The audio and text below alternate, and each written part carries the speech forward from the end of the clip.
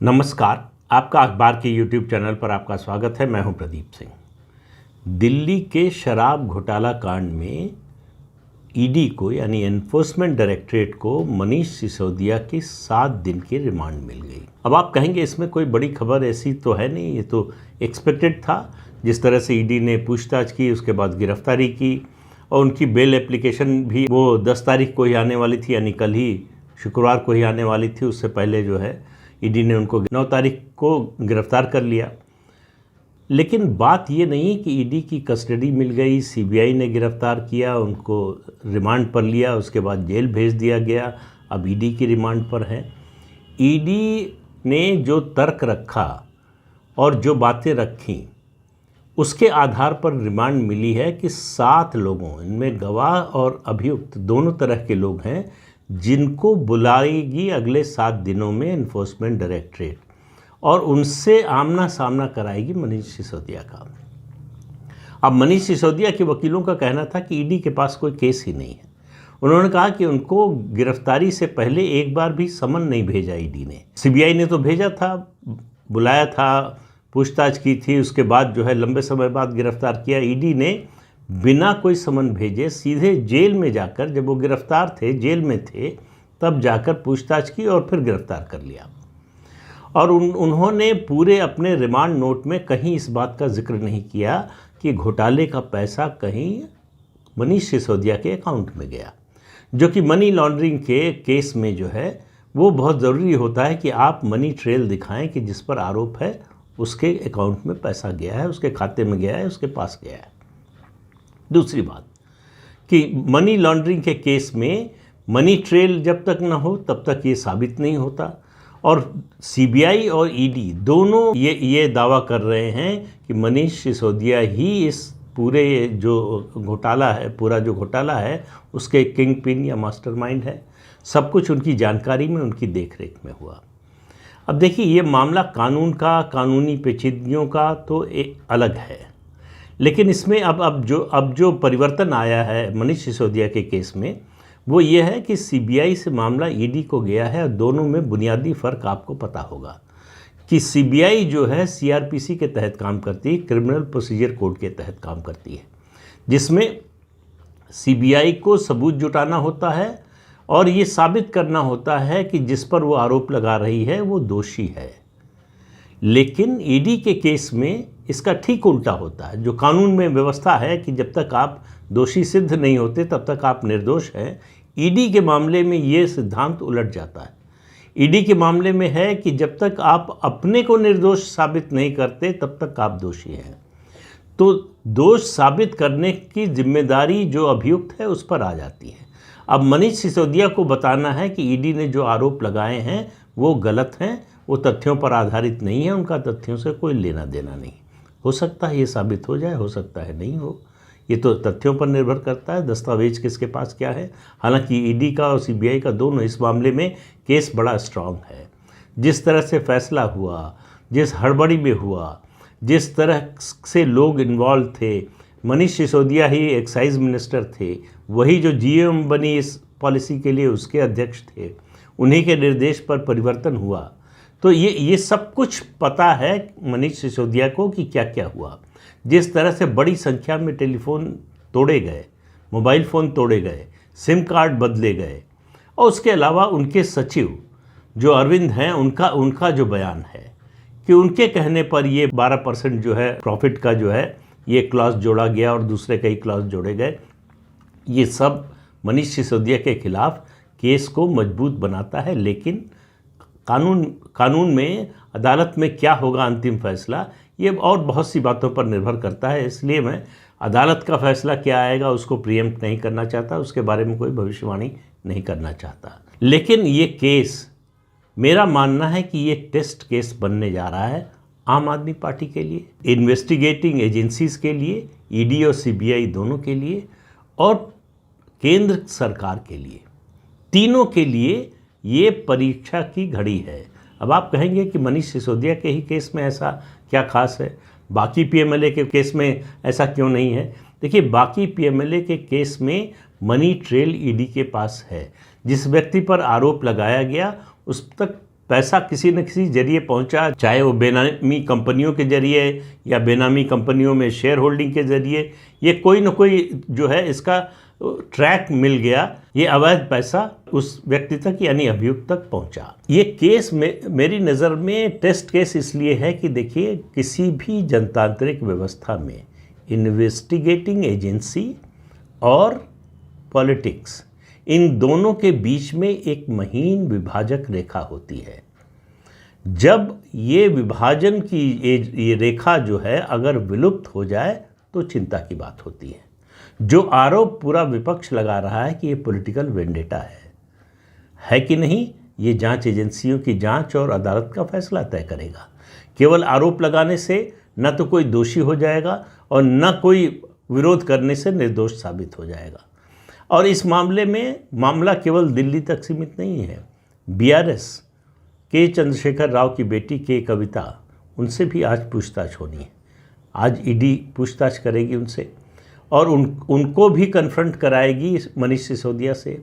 ये south group का जो रोल है उसके बारे में कहा जा रहा है कि कविता ही उसकी मुख्य कर्ता धर्ता है, उनके बिहाफ पर कई लोग काम कर रहे थे। तो अब ये मामला पूरा उलझा हुआ है, लेकिन एक बात साफ नज़र आ रही है मुझे, इस मामले में बहुत कुछ बोफोर्स जैसा ये मामला नज़र आ रहा है, जिसमें ये बड़ा स्पष्ट दिख रहा है कि घोटाला हुआ है, घपला हुआ है, पैसा लिया गया है, कमीशन लिया गया है, लूट हुई है, रिश्वत ली गई है, लेकिन किसने ली है, किस किस तक पहुंचा है, ये साबित होना बाकी है। बोफोर्स में भी यही हुआ था। मनीष सिसोदिया, अरविंद केजरीवाल की बात अभी करता हूँ, लगातार कह रहे हैं कि वो निर्दोष हैं। अरविंद केजरीवाल तो सबके बारे में कहते हैं, वो सत्येंद्र जैन के बारे में भी कहते थे पूरा केस मैंने पढ़ लिया, मैं तो जो है IRS अधिकारी रहा हूँ, मुझे मालूम है और उस केस में कोई दम नहीं है। लेकिन अभी 9 महीने हो गए, सत्येंद्र जैन जेल से बाहर नहीं आए। लेकिन फिर लौट कर आते हैं मनीष सिसोदिया के मामले पर।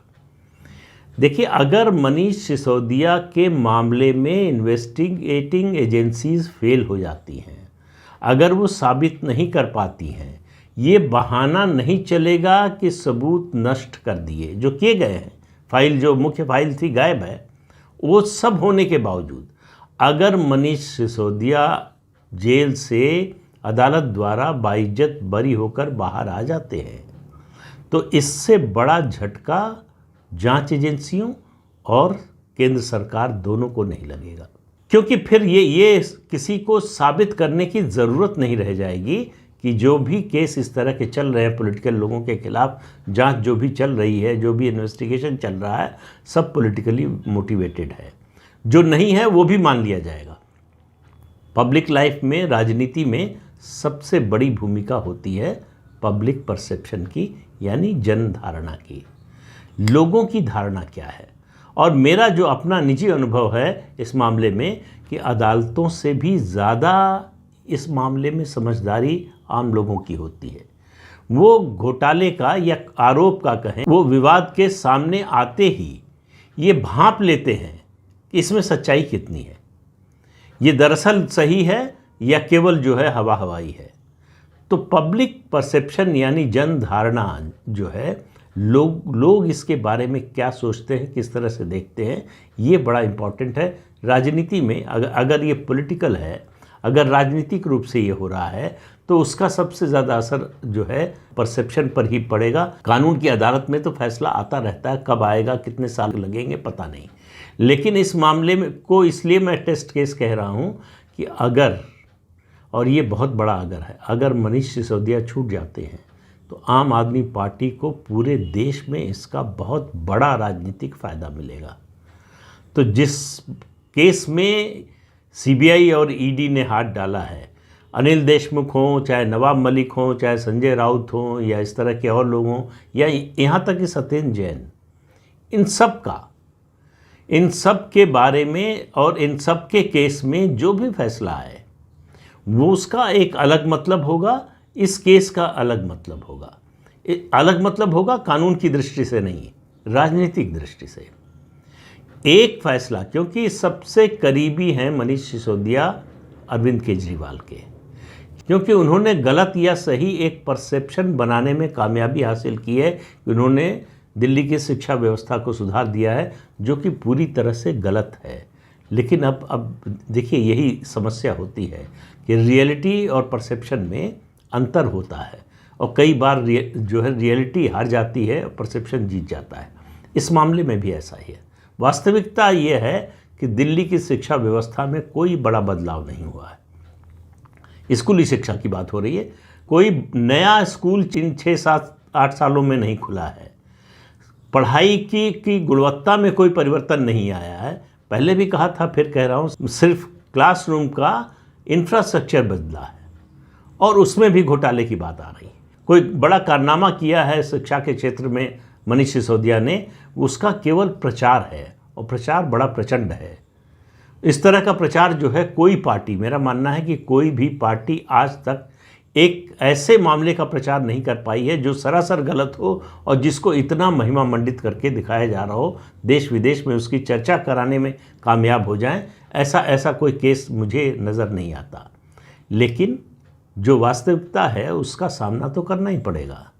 मनीष सिसोदिया का केस ये बताएगा कि इन्वेस्टिगेटिंग एजेंसीज के आरोप और उनकी जांच और राजनीति में वो जो विभाजक रेखा है वो मिट गई या बनी हुई है।